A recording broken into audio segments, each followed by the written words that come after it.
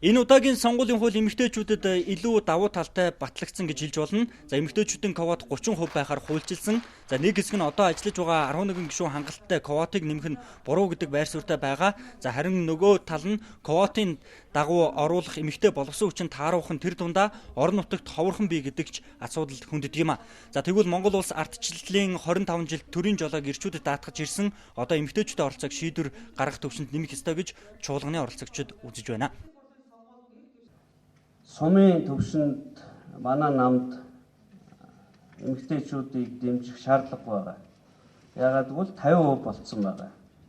Магадгүй 10 жилийн дараа эрэгтэйчүүдийг дэмжих асуудал босч ирэх юм шиг байна. Намын үнд зүйлсийг хадгалж, сануулж, өвлүүлэн уламжлуулж байдаг гал голомт юм аа.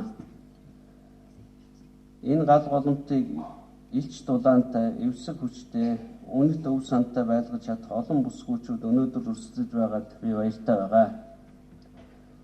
Ардчилсан намын удирдлага өнөөдрийн сонгуулийн үр дүнг сонирхон ажиглахын зэрэгцээгээр та бүхний ардчилсан чөлөөт сонголтын үр дүнд ялд сонгогдсон шин тэргүүнтэй идэвхтэй хамтран ажиллах болно.